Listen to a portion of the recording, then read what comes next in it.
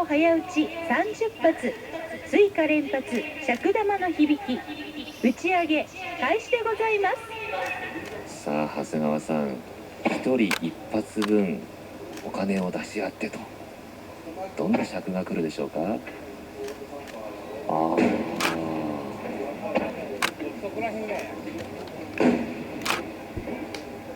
点滅ボタンですね。はい。そして芯が入りました。一つ一つ違いますね。はい。30発ですからね。芯の色も違います。まあいろんな尺玉のですね、なんと申しますか、オンパレードですね。はい。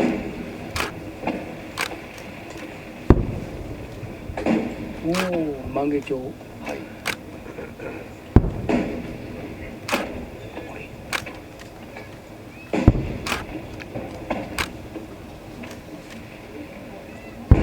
これが10号玉、尺玉です。長岡はこの尺玉が花火です。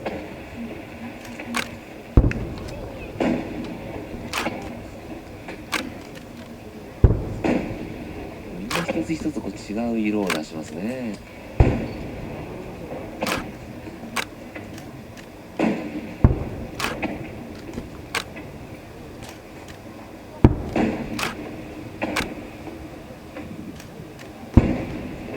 ワイドに上げればいいんだよな。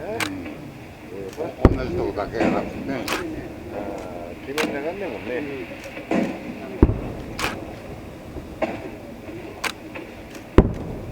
でもこれ蜂が立つと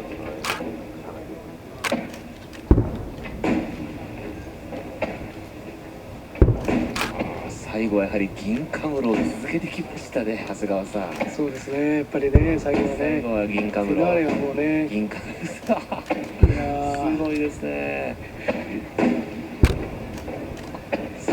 今度は錦カムロになりましたよ。錦カムロですね。これは比較的粒の大きい錦カムロになりましたね。はい。いやー、やはり長岡大好き錦カムロ締めましたね、はい。